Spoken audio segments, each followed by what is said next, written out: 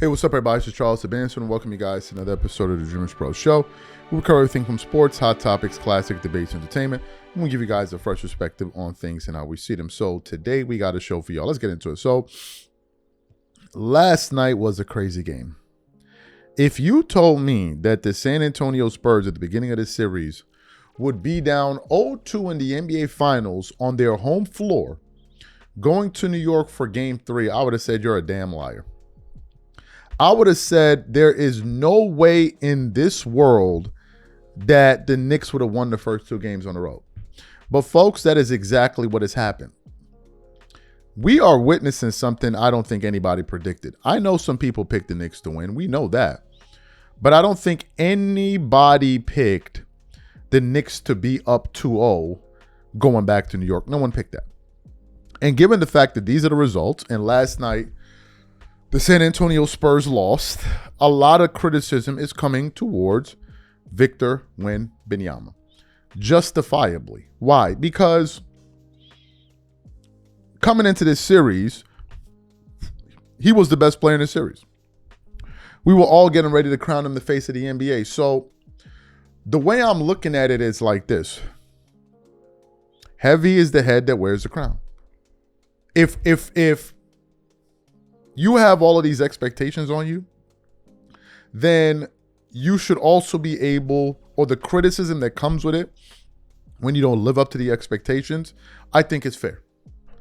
I think it should be a double-edged sword. And that's what's happening with Victor right now. And one of the people that really went off on him last night was Shaquille O'Neal. Shaq didn't like some of the things that Victor was saying. And in the post game when they were covering on ESPN on Inside the NBA, Shaq absolutely went off. But before we even get into what Shaq had to say, today's video is brought to you by our sponsor, Prize Picks. The NBA Finals are here, and for me, the basketball doesn't stop once they crown a champion because this summer of sports is genuinely stacked. I have been making all my picks on Prize Picks, America's #1 sports pick app. Here's what I genuinely enjoy about it. During the finals, I'm making picks on points, rebounds, and three-pointers, and then I can stack those player picks with soccer, baseball, or the W, and even bigger payouts. It is simply selecting more or less on a few player stats, putting them into one lineup, and following along within the same app. And it's now available in all 50 states, including California, Texas, Georgia, and Florida. In the finals, this is where legacies are made. You can get in on one of the biggest games of the season and make your picks on everything from points and rebounds to dunks, three-pointers, and fantasy score, all before the champion is crowned. Prize Picks is a preferred partner of the NBA, making every game even more exciting to watch. Download the app today and use code CLNS to get $50 instantly in lineups when you play your first $5. Download the app today and use code CLNS to get $50 instantly in lineups when you play your first $5. Prize Picks, a preferred partner of the NBA. All right, perfect. So what we want to do is we're going to play Shaquille O'Neal's comments. I think Charles Barkley also said a few things as well. And then we're going to come back and continue on the show. Take a listen to the Shaq here. Do not like that. And so, okay, what do you not like about what you heard from Wemby? First of all, as a leader, you should probably say, it's on me, but don't say things are blurry.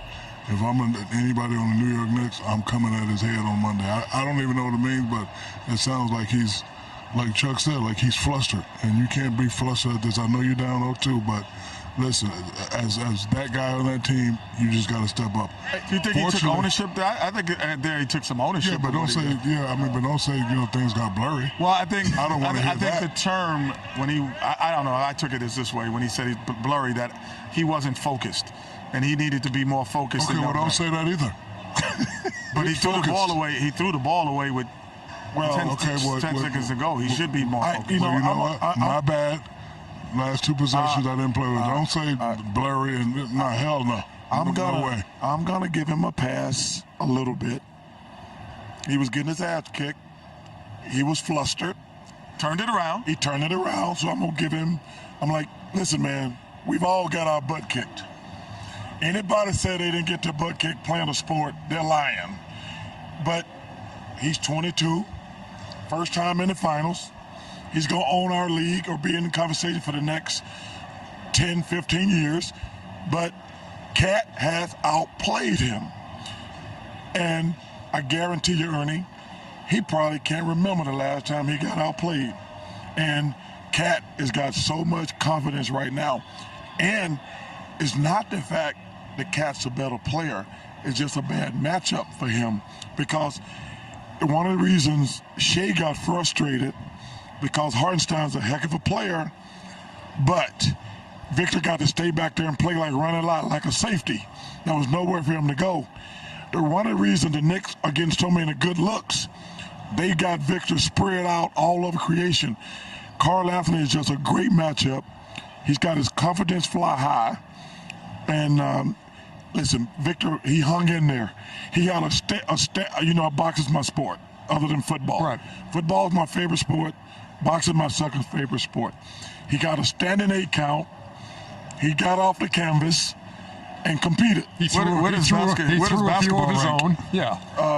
I'm talking football. It's like, football, basketball, hockey. No, hockey's number 3. Where's basketball? Number 4. That's your 4th favorite sport? To watch. Yeah.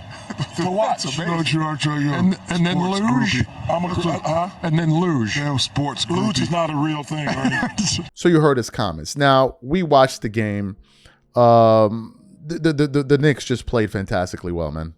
Mikal Bridges was out there looking like Kobe Bryant in stretches. OG Anunoby finished the game with 17 points. Karl Anthony Towns had 21 and 13. And most people are saying right now that thus far he's the finals MVP.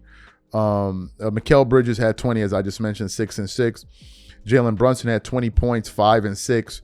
But he didn't really particularly shoot the ball well. He only shot 28%. But if you look at the Spurs, and we want to look at the person that we're talking about now, Victor Wembanayama. Yes, he scored 29 points. Yes, he shot 52% from the field. But if you watch the game, you knew that there were areas where Victor could have been better. And he simply wasn't.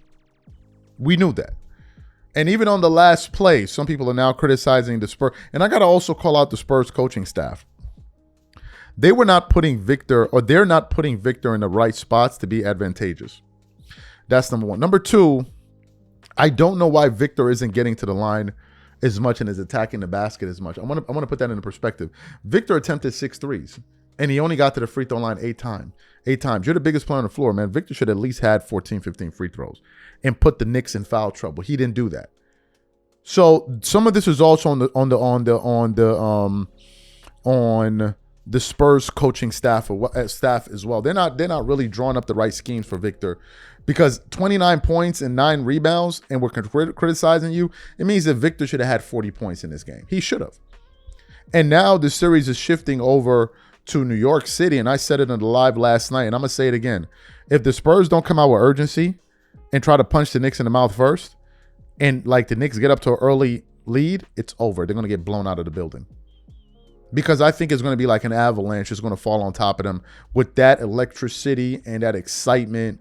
It's going to be a frenzy in that build. It's going to be a frenzy. And the Spurs could risk getting swept in this series. So Shaq is right. I think any criticism that's coming towards Victor Wembanyama is warranted. You want to be the face of the NBA? You want to be the guy? Well, you got to take the criticism that comes with it. There's no. We're not doing any of that. It's full accountability across the board. If he plays well, I'm going to be one of the first people up here giving him his props. But if he's not, hey, you gotta deal with what comes with it. It's par for the course. These are my thoughts. So you guys let me know what you thought about this in the comments section, and we catch you guys on the next show. Peace.